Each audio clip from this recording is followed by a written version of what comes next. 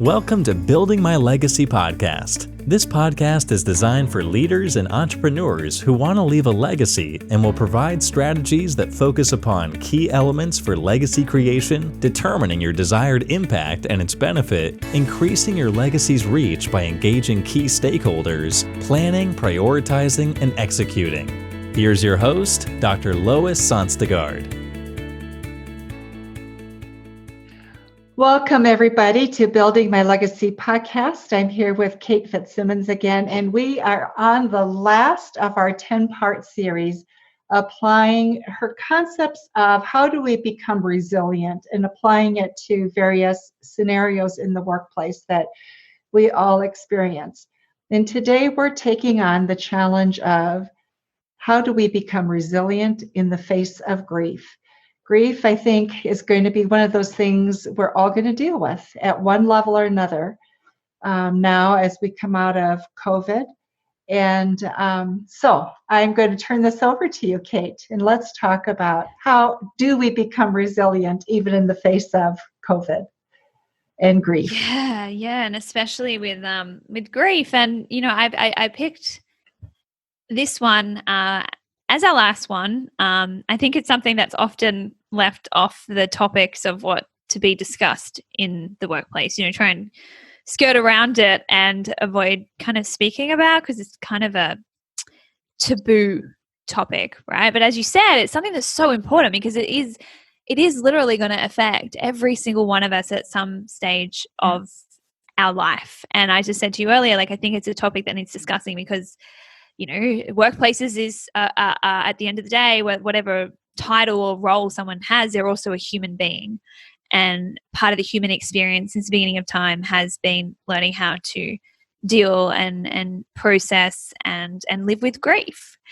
And for anyone who's experienced grief, I think you can pretty much say it's just like an overwhelming black cloud that's kind of as unpredictable as a cyclone to kind of manage sometimes, and can leave just as much devastation in its wake. And fortunately, some of the people tuning in may have not been personally rocked by the loss of a family member or a close loved one yet.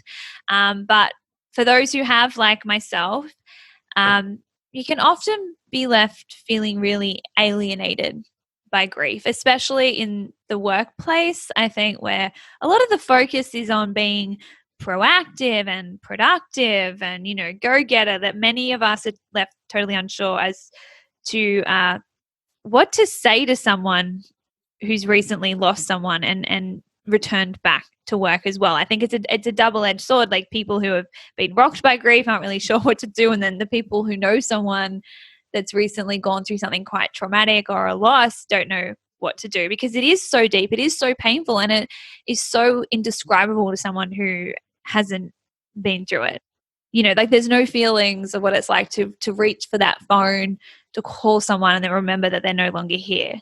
Right. There's no feeling for what it's like to see an empty seat at the table on Christmas Day. That's some heavy stuff, right? That stuff that a lot of people fortunately don't have to face till much later in life, and that's a beautiful thing. I don't want people to have to go through grief any sooner than they have to. But what about those of us that have had to face grief, especially at a young age? I was 20 when I lost my sister. We don't have a choice about the pain and the sadness and the aching and just thinking, I wish they were still here. And it's easy to be consumed by the weight of that and find ourselves kind of withdrawing from friends and trying to hide how we feel around our colleagues. So, they don't feel uncomfortable, right? I have to hide how I'm feeling and put my grief away and put it under the rug so they don't feel uncomfortable, right? And that can leave us feeling really isolated and really ashamed, and also really somewhat resentful and a little bit angry at people who start to then tell us things like, isn't it time you moved on? Do you have to be so sad? It's been 6 months, 2 years, 10 years, or perhaps you've had, people say, oh, you should let go and move forward a little. And I'm sure for anyone who is living with grief, I'm sure they've had this said at least once in their life. I've had people that I barely even know reach out and message me and tell me how I should or shouldn't be grieving. And I was like, what? So I really encourage anyone who can relate to that to lean in and listen to this episode. And I think there's so much to be learned, as I said, on the other side here, about those who can learn how to better support and better understand someone who is going through that grief journey, right? And this episode, I think I've chosen it as well as the last one because my heart's really on my sleeve here. I'm not an expert in grief. I haven't, officially studied it. I haven't done samples or tests, and I certainly don't have any, big statistics to back me up. I just have myself and my personal experience, as well as all the people that I've coached through grief along the way, and kind of how I've navigated my loneliness that comes with, losing my sister when I was just 20, and how I've managed to find a way to not hate on the world around me, for those who simply just don't understand it. And we are going to integrate my 3 R's as usual, even though it's a deeper topic. I think there's still a place for the 3 R's, but this isn't 3 R's trying to get rid of the grief or coach yourself through that, right? That is not appropriate nor necessary. Grief is a very natural, healthy emotion to feel in response to losing someone. But what I do want to use my 3 R's to work through are the feelings that we tend to pile on top of our grief, which only compounds it and makes it even more intense and unbearable and all-consuming. And the 2 kind of most common feelings that I feel, they're slightly different, but they kind of relate, and that is we tend to pile on top of our grief feelings of shame and resentment, right? Shame over how we feel or act when we're grieving, and then resentment at how people are judging how we feel and act.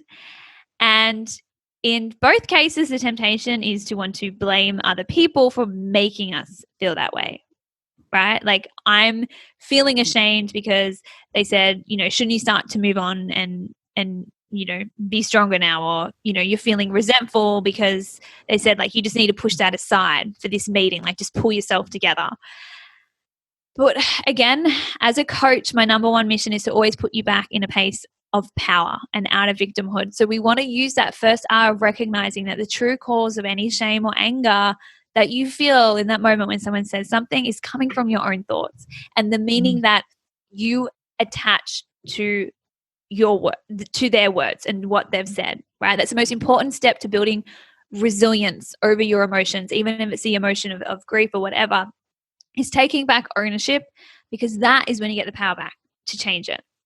So in this case, we want to recognize, maybe the fact of the situation is your coworker said, isn't it time to move on? And those words within itself are completely neutral. Now, I understand a lot of people might be like, a bit like, what? Like, how can you say that? How can you say that, telling someone to move on is neutral? Like, that's so insensitive. And a lot of people might agree with you on that. But guys, giving their words power over you does not serve you at all. And it's not the words themselves jumping into our bodies and causing us to feel anything. Right. We know this because what's interesting is those exact words can make one person who's grieving feel angry, while another person who's grieving feel ashamed, right? And that's because those words are neutral and don't cause us to feel anything until we interpret them in our minds and have thoughts. And we want to recognize what those thoughts are, which in this kind of situation, are often along the lines of things like when someone says you should be over it, I've found 2 kind of streams. We either go down the path of, oh my goodness, you're right, I shouldn't be crying so much still. I'm not strong enough. There's something wrong with me. I can't grieve. Like, that kind of shame comes from that idea of there's something wrong. I'm doing this wrong, right? Mm-hmm. And then the other group of thoughts kind of revolve around, how dare they say that? That's so ignorant. They have no idea what they're going through, and kind of makes us feel angry and defensive and resentful. Because I found we either make their words mean something wrong with me, or they're saying something wrong, right? And there's something wrong with them. And we kind of want to lash out and attack back at them. So we want to recognize at the end of the day, though, any of that shame or anger isn't being caused by what they're saying, but the way we're interpreting their words and what we make them mean.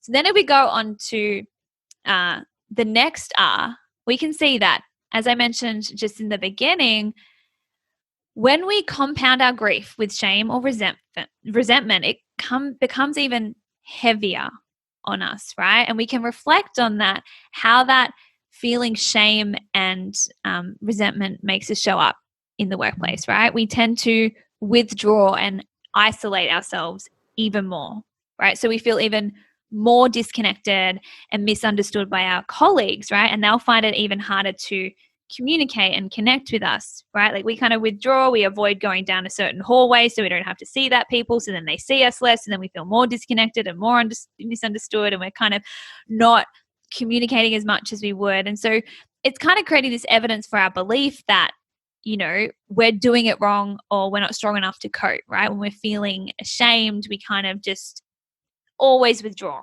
away.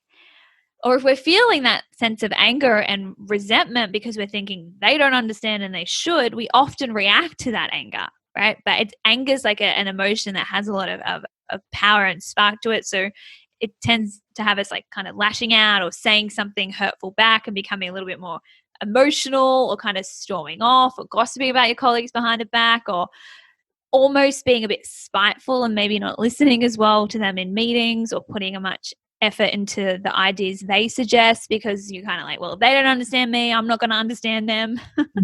So we almost want to seek revenge or get back at them. And I understand why, because, you know, grief is such a deep emotion, and I understand that it's really hurt people that hurt people, right? And especially they don't understand the true cause of why they're hurting. If you feel like that hurt, you just want to lash out and hurt someone back. But again, if we can reflect upon the typical ways of how we then show up at work when we're feeling resentful because we think no one understands what I'm going through, you can see that you kind of begin to even act in more understandable ways, right? You kind of act that a little bit more out of control and defensive. And again, that you lose that ability to connect with people so they could understand you better, and begin to feel less isolated or ostracized. You almost act in ways that kind of perpetuates that reality. So again, the questions of reflection is, you know, do I take any sort of helpful action or show up in a way that I'm proud of when I'm thinking and feeling this way, when I'm thinking and feeling resentful or ashamed? And I think through that reflection of what I just took you through, the answer to both of those questions is no. So before I get to the third and final R, Lois, I've done a lot of speaking in the beginning there, so I'm interested to hear your thoughts on things so far. You know, one of the things that struck me as you were talking, Kate, is how so much of the work of healing becomes the work of the person going through this. And, you know, it's not that, I mean, we would love it if the other person would just be more understanding, more this, more that. Don't they understand what I'm going through? I don't have skills right now. I'm overwhelmed. But we don't control that. So the work does become our work. And I think sometimes that's that sense of frustration or isolation is even more intense because we realize it is my work and my work to do alone, or by my, you know, it's my responsibility, nobody else's. And I was just struck by that as you were talking. And really healthy behavior, no matter what it is the work of the person who wants to become healthier, no one else's. Yeah. And that and it's so true. And there's no right or wrong way to grieve. And you're going to be a mess half the time and all of that. But as I said, my greatest goal as a coach is to always put you back in that place of empowerment and self-compassion and understanding and compassion for other people. And so that's what I want to talk you through in these redirects of what I've found has helped me and clients that I've coached and people that have gone through personal tragedies as well. Because if there was an upside to you sitting there going, they don't understand, and feeling ashamed about that or whatever, then I'd let you keep it. But there's just no upside when we reflect upon it. So now I want to give you some other optional ways that you can think about and what you can redirect your mind to. And again, you don't have to take these up, but I feel like they might help. And I'm going to first speak initially to the people who have lost someone and are in grief, and then at the end just give a couple of ideas for those who have someone come back into the workplace who's gone through something pretty traumatic, which, as we were also talking about earlier, Lois, again with the people on the front line at the moment, the hospitals and the nurses and the doctors and everything like that. That's going to be a big, shift as well. So this topic is really, I think, more important than it ever has been worldwide. So what I'm going to start with in terms of redirecting our minds when we're feeling shame over someone judging us for how we're grieving or how long we're grieving for and all of that is when someone says to me, like I literally had someone message me and say, it's been so long and I feel like I had a vision with your sister and she told you to just move on. And I was like, I don't even know what that means. But I just remember, like, I want everyone out there to remember we don't grieve because we lost someone, but because we love someone. So there's no end date with grief. You will grieve for the rest of your life because I'm guessing you're going to love that person for the rest of your life, right? So it was 8 years ago this year that my sister was killed. But when I feel that grief, like I still have moments and days and I just have my big cry and everything like that.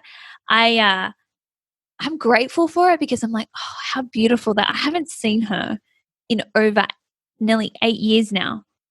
But my love for her is still so deep, is still so present in my heart. I still yearn for her presence. Like how beautiful that in this lifetime I got to connect with another human being that I miss 8 years later. And I'm so grateful that although the driver who killed her could take her life, he could not take my love that I have for her life and who she was in this world. So I really want to remind people that if you have someone say, you should be this, you should be over it, you should move on, you should move forward. First, just remember there's no shoulds with this at all. And in fact, you're never going to get to the place where grief's tied up in a nice little bow and you can put it on the shelf and be done with it. It's going to forever be woven into the fabric of your life and allow space for that, right? Because I realized that the only way I could get away from my grief is to give up my love for my sister, and I'm not in on that. And I'm sure you could think of that person you're missing. You're like, no, I want the opportunity to still love them. Well, that means you've got forever going to grieve them, right? And I'm also reminding myself that as painful as grief is, as much as it rips at your chest and, steals your breath away and you just can't function for, those 10 minutes, those 10 hours, however long it is, I always remind myself, like, I want to feel that pain because I want to have those thoughts, right? Like, if someone was like, I could take away your pain by taking away all your thoughts, like I wouldn't want that. I actually want to be sad for a little bit on my birthday when, it's something I always share with my sister and I don't get to anymore and I'm thinking I wish she was here. I want to have those thoughts so I'm all in on the sadness and on the grief. So just remember, like, you actually don't want to let that go. And I think I'm just reminding it's a choice, like that I'm making to choose to feel this. Again, it makes me feel that little bit less ashamed and victimized by that. And I think I always love to remember that it's a natural part of our humanity. Like humans have been grieving humans since the beginning of time, and our human mind, our human body, and our soul knows exactly how to process this pain, just like it knows how to process and digest food if we allow space for it. Because grief is what I call like clean pain. And by that, I mean it's a pain that is actually cleansing to our soul and to our psyche as we process through some pretty traumatic experiences. Like it's all a part of the healing process. And so that's why I think if you have someone say something about should or try and dictate and timeline your grief, just remind yourself, no, I'm not weak. I should not be over this. There's no getting over this, because mourning is a healthy part of the human experience with no expiry date because it comes from love and love is forever. So I hope that helps anyone out there that is feeling like they need to get to the part where they're over this and they're not having random bursts of tears or anything like that, because I'm 8 years into it and that's still me sometimes. And I'm not sure about you, Lois. Do you have someone close to you that has given you this grief journey? Or Yes, I think as you get older, you do. I've lost some very precious people, and I think um, actually grieving, real deep grieving, is a sign of incredible strength, because our natural tendency is to want to run from it, and because we think we have to survive, we have to run from it. And to be present in what you're feeling at the moment, it's like looking the lion in the eye and saying, I can be okay. I'm going to come out stronger and I will make it through. The lion doesn't need to overcome you. But it's a decision you make, and you have to remind yourself, because other people won't remind you. You're right. People will treat you like, wow, why can't you get over it? And and there is a certain amount of getting over that you do, but you will continue to always grieve, just because, as you say, you love the person. Yeah. And I think well, two things to speak to that. Like I found after losing Nicole those first few months, and they say like when the brain goes through something really traumatic, like really outside its world of beliefs and psyche and everything, it sits in like the front. I don't know the technical side, but it basically is a very present front of your brain, while your brain's like, where do we put this? How do we process this? So it is going to be basically all you can think about and focus on for, a good 3 to 6 months as your brain like slowly finds it. But what they did say, again, I'm not saying this scientifically, but eventually your brain knows where to kind of put it and where to place it better in your brain, so it's not always at the forefront of your mind all the time. And I've really noticed that, like, I feel like it's in my brain. I've placed it like Nicole and that experience. It's not like I'm not aware of it, but it's just not always in my awareness of like what I'm focusing on. But then there'll be the littlest things that can just trigger that, right? I'm sure, like, a song, and like it's random what you'll find that then brings it back into my awareness. And rather than pushing it away or freaking out, what I remind, just like you said, it is one of the bravest things we'll ever do. But if people go back and listen to how to process emotion episode, grief, as extreme, as uncomfortable as it is, it's still just an emotion. It's still just an emotion that's a chemical vibration in your body coming from your thoughts that I wish they were here, I miss them. As I said, they're all thoughts that we actually want to hang on to. So you can feel any other feeling. This is just like every other one. It is extreme in its intensity. But I think if we can just kind of not heighten it and make it any more scary or overwhelming than what it is, and just remember, like, my body knows how to process this. I think that kind of helps take away that resistance to it and opens this back up that little bit. And I hope that, just by reminding everyone, if you are at the beginning of the grief journey, it's not, like you said, it's not always that intense, but I also want people to be aware that it's still always going to be, a part of your life and something that you need to allow space for. And I think the sooner you're willing to feel it, the sooner your brain is able to let it, find its place within your mind that's healthy and allows you to function and still enjoy life, but then still allows it to be a present part of your life. So all right, well, now I just want to deal with the resentment, because I think this is the one that most of people that I've coached on grief feel the most. I think some people understand that grief comes with no expiry date and we all grieve differently, but what about those people who kind of say those things that we've said, like, you should just get over it. And then our default response is to then turn to someone and be like, I can't believe they said that. They just don't understand. Right. Because what often comes silently on the end of that sentence is, and they should, right? Like that, we're kind of coming with that expectation. We don't always say like they don't understand and they should, but it's kind of silently said at the back of our mind, right? Because resentment, frustration comes from when we think things should be different than what they are. So I'm doing this because this is something that I've coached myself on a lot. And here's what I've found has helped me kind of drop the resentment, so I'm not making my grief even more intense than what it needs to. And I just like to, as I said, kind of ask myself, which I've used in a previous episode, and that's a question of like when I have the thought like they don't understand and they should, it's kind of like, but says who? Like, should they actually be able to understand your grief? Especially if they've never really lost someone as close as a person that you've just lost. Because if you think about this, did you understand grief before you were right in the middle of it?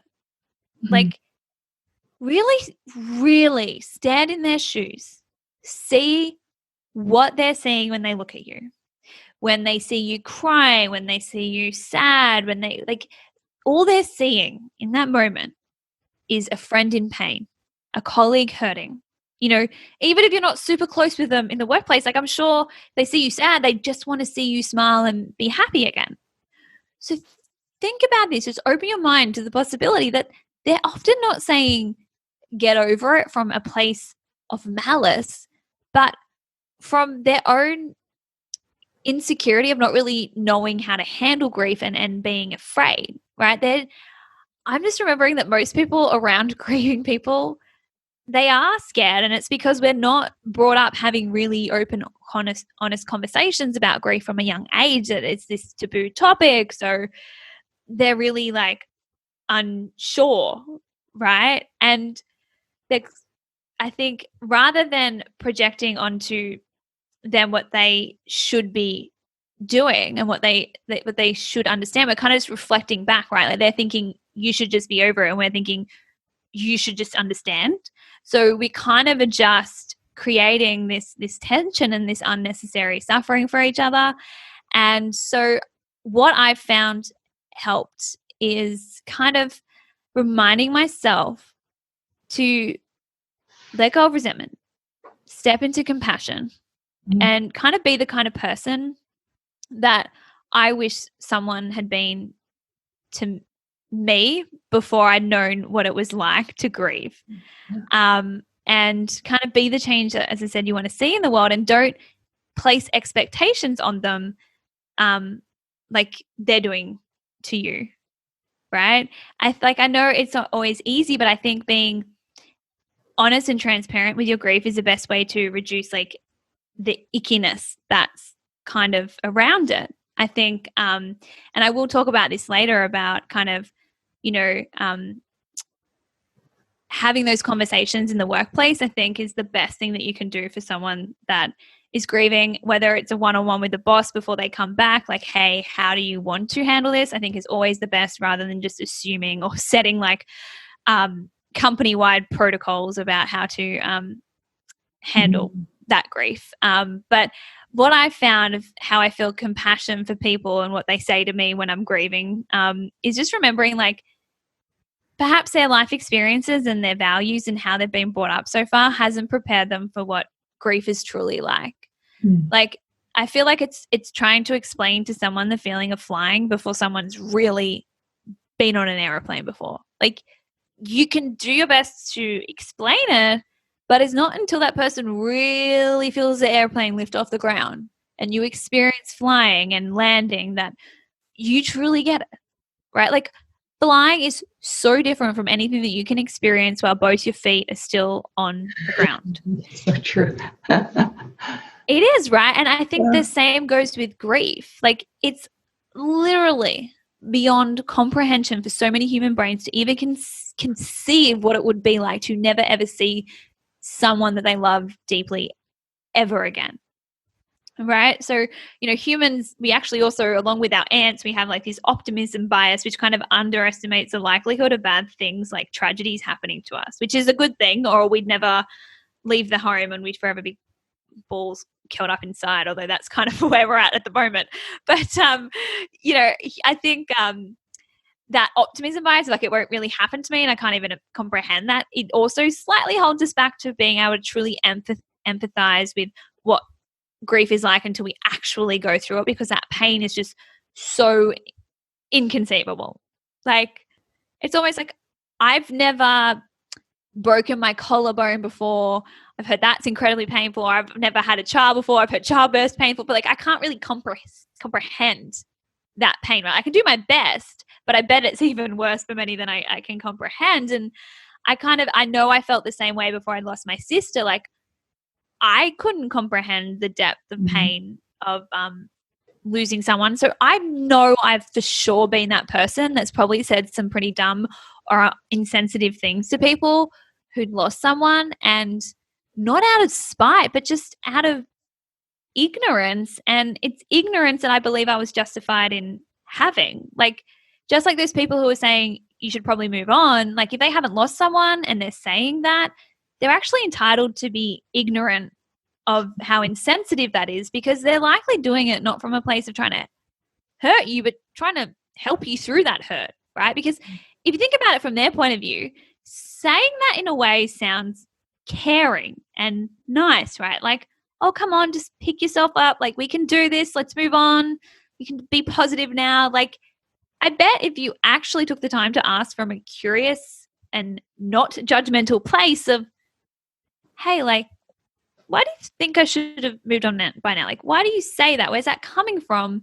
I'm sure if you could feel what's in their heart and from their perspective and in their shoes, deep down it is probably coming from love for you and just wanting to see you happy and move past what they think is causing your pain, which they think, of course, is the event of losing that person. But as I've said, the grief doesn't come from losing them, but from loving them, and that love is always going to be with you. So as I said, that's the clean pain that we want to keep.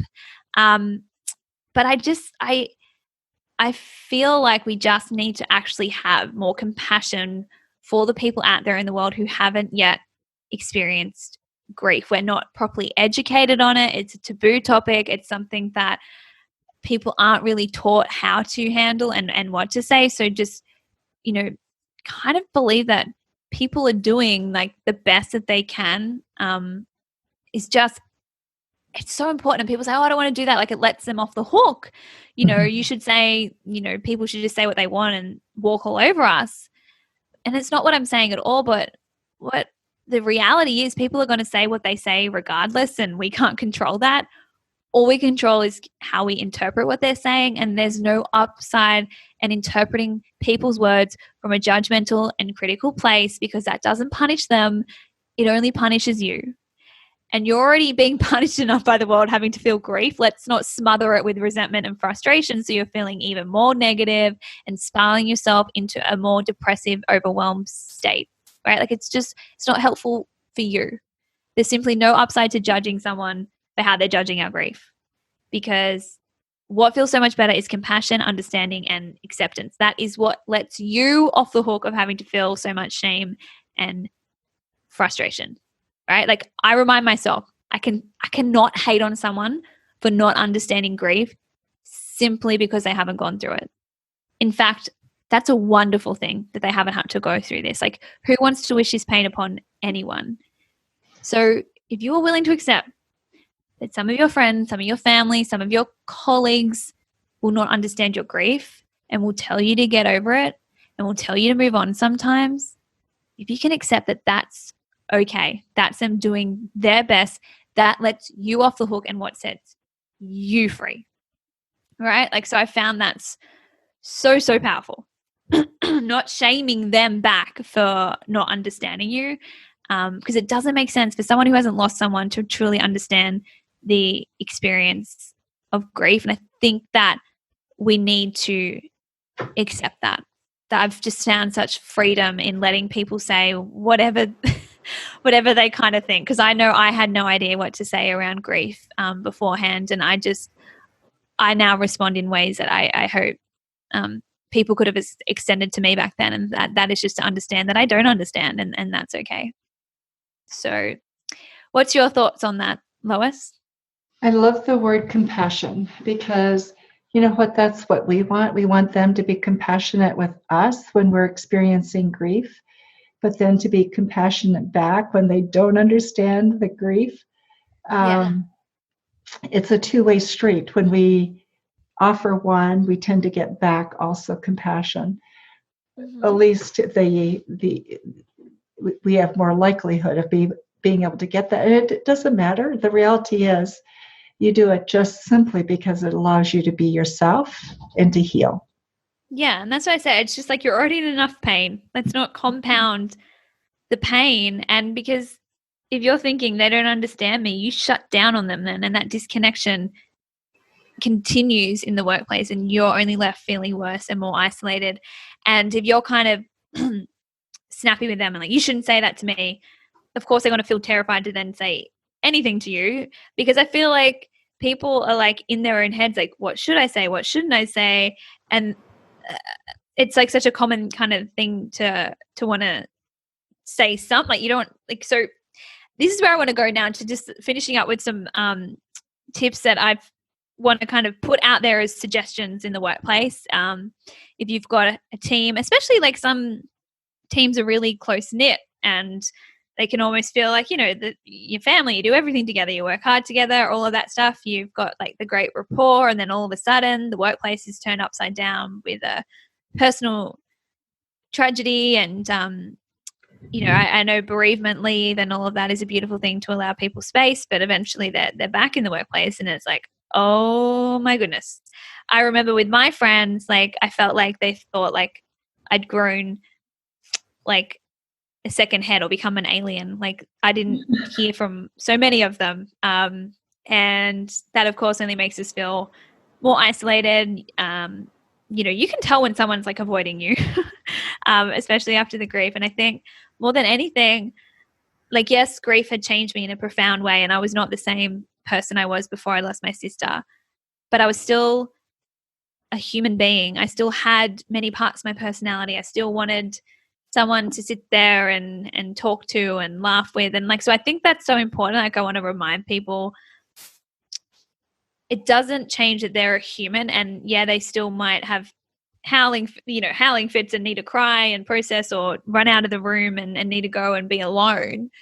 Don't totally give up on that person and think that you don't have anything in common with them anymore or anything to talk about with them anymore. That was the first thing I really struggled with. I just felt like my friends, it was just so far from what they could comprehend. They just didn't even want to talk to me. And that's why I'm so passionate about just having these really honest conversations so we can begin to change that for people out there.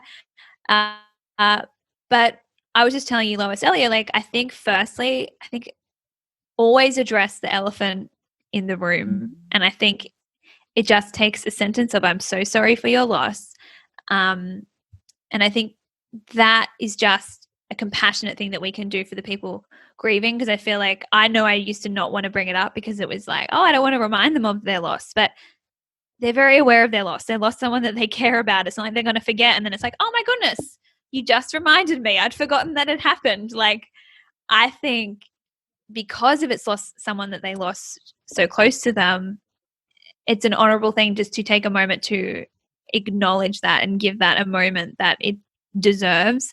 But of course, I think what's best would be to have a one-on-one conversation with someone higher up in the company with that person and just saying, hey, how can we best support you through? What do you specifically want or need?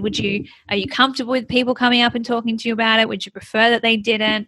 I think it's going to need to be, those open conversations, and always ask the person. Don't just assume that you know what you think that they would need to get through grief. So do you have anything to add to that? I think also we don't know what goes on in people's lives. We may not know that somebody's had a loss. And, you know, as you're talking, I was thinking about a business meeting I was in. I was selling actually a proposal, and I had just met with these people 2 months before, and one of the lead principals in the company that I was making the proposal to was 6 months pregnant. No, she was due at the time that I first met her 2, 3 months before. So you know how it is when you start a meeting, you have small talk, and knowing that the baby should have been born at this point, I said, "How's the baby?" Yeah. And all of a sudden, all conversation stopped, and everybody looked down. And I said, "I'm so sorry, what happened?" And she had lost the baby. So we then talked a little bit about it and then went into the meeting. But all I'm saying is we don't know everything about the events that goes on in people's lives. Mhm. And we will say things not intending to be hurtful. Actually, that was a act of I was trying to be kind because I knew what was going on. Yeah. There had been such excitement about this young life that was being expected. And if you have spent time thinking about grief yourself, when you're in that incredibly painful and awkward position, you can take a deep breath and you can go there and be with that person for a moment and then move on. The most painful thing you can do is to ignore it, patch it up, make an Yeah. awkward apology, and pretend then that the space is fine, because it isn't. Mhm. Yeah. And the reality is, awkward as it may be, all the person wants to know is that you really cared and that you Mhm. continue to care, and that Yeah. it's a human being to human being connection that we all want. And there's no Yeah. correct way, is there, Kate? Not at all. And I think I also just want to remind people, like, your job isn't to fix them or make them feel better. I think it's just allowing space for them to feel. And it's funny because I go around to schools and I share my story and teach about resilience. And so I meet a lot of students who have lost siblings and parents and things like that.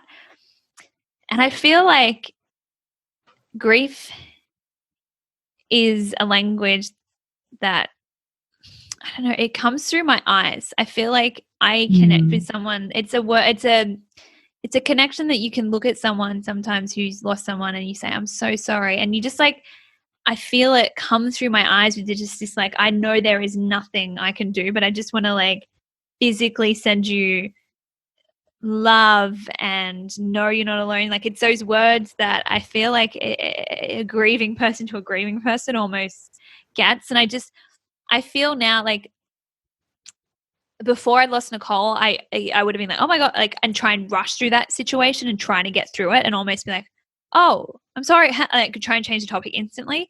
But now I almost slow down and I want to be there and I'm just not scared. I lean in. I'm like, oh, it's just, and that I can either tell the kid's gonna be like, oh, and then like want to run away, and that's them, that's fine. But I've at least given them the option, because then there are some that just want to tell me all about their brother or, what happened or what, like, and so I think it's just giving that person that choice of like, hey, here's an opening. I'm willing, and I call it to hold the space. I'm willing to hold the space for your grief right now. And I think you did it, beautifully for that woman. You didn't mean to say that and to trigger her, but I think allowing her, like, oh, what happened, and she could either share it or she could not. Like, that's, I think, the best thing to do. And I'm sure she could see that, you were coming from a intended place. My mum's had similar things of, walking around supermarkets after losing Nicole and being like, how are the kids going? And having no idea that mum had just lost a child. And so that was tough on her. But again, I tried to get her to see that, they're asking because they care. And so we just got to have compassion for each other, I think. And the other thing I wanted to say, just for colleagues being around people who are going through hard time, linking back to last episode, is make it easier for them, but just being mindful about what you're saying and complaining about around them. I feel like it's very easy to be complaining about how annoying your husband is, and then there's someone who's just lost their husband in a room. Or, I'd get people doing that about sisters, and I'm like, I'd give anything to have my sister steal my clothes or like whatever it is. So I think that's one way we can just be mindful, and not too mindful that you're like, I don't want to say anything in case I upset them, but just if they've just lost someone close to them, try not to get caught up about how bad the weather is or just little like things that don't really matter. The last thing that I feel like someone who's just trying to function and figure out how the world's still spinning from what they've gone through, we don't need to kind of be like that around them. So that's something I've wished someone had kind of given me the heads up on to do. So yeah. Kate, thank you so much. This is such a beautiful way to end. And it is, as you say, the elephant in the room that we often may experience but don't want to talk about because we don't know how. And I think what you've done is you've given people permission to talk, to share, to be open to whatever it is that people are experiencing, at least giving them the opportunity to be real with where they're at that moment. And it changes, right? Every moment is a little bit different. This moment I may feel grief. This moment I may be having fun. Well, that's kind of like what I wanted to say. There's just two things I remembered I forgot to mention. The first one is when someone's in grief as well, what's really powerful to say is like, how are you going today? Rather than how are you going, but even how are you going this afternoon? How are you going this morning?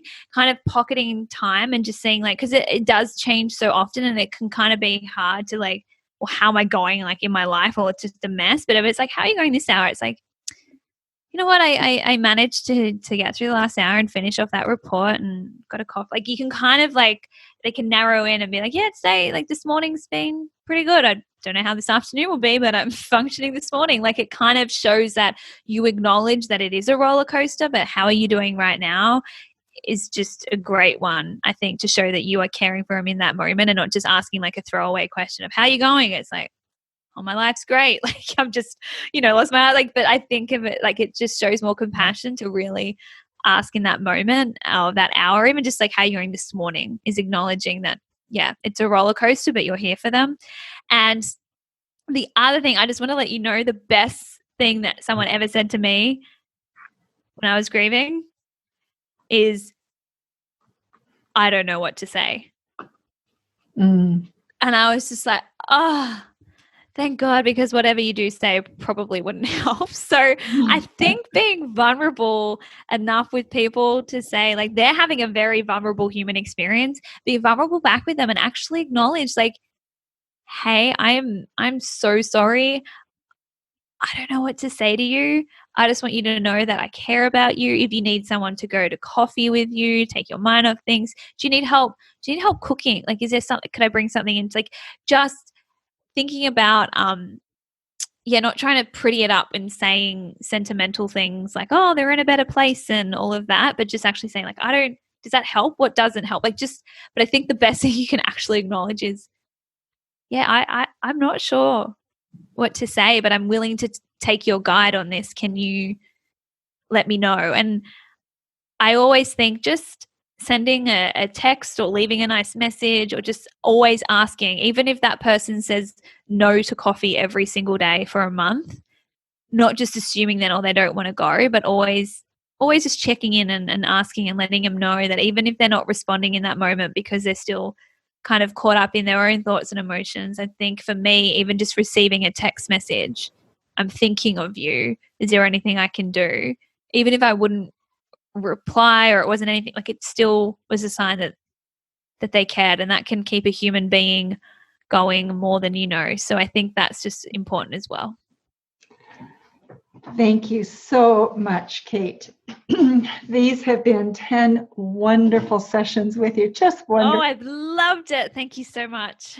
I know we're going to have encounters with you in the future, and Thank you for all of what you've shared about yourself, your life, what you've experienced.